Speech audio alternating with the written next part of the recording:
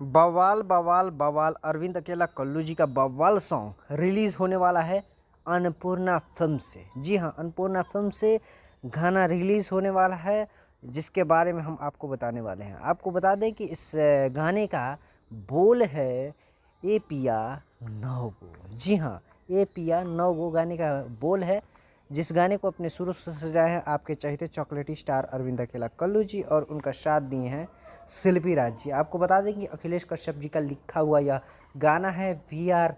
वर्मा जी का म्यूज़िक है और रवि पंडित जी के डायरेक्शन में बना है। वीडियो कमाल का वीडियो बना है, जो कि अन्नपूर्णा फिल्म से रिलीज़ होगा कल सुबह में 6:45 6:45 पर कल सुबह में रिलीज़ किया जाएगा फुल वीडियो। तो आप लोग इस वीडियो को ढेर सारा प्यारा आशीर्वाद दीजिएगा, और अन्नपूर्णा फिल्म्स को अभी तक सब्सक्राइब नहीं किया है तो जाकर अन्नपूर्णा फिल्म्स को सब्सक्राइब जरूर कीजिए, और कल सुबह में बवाल मचा दीजिए, भौकाल मचा दीजिए, और कल्लू कहर ऐसे ही जारी रहना चाहिए। नमस्कार।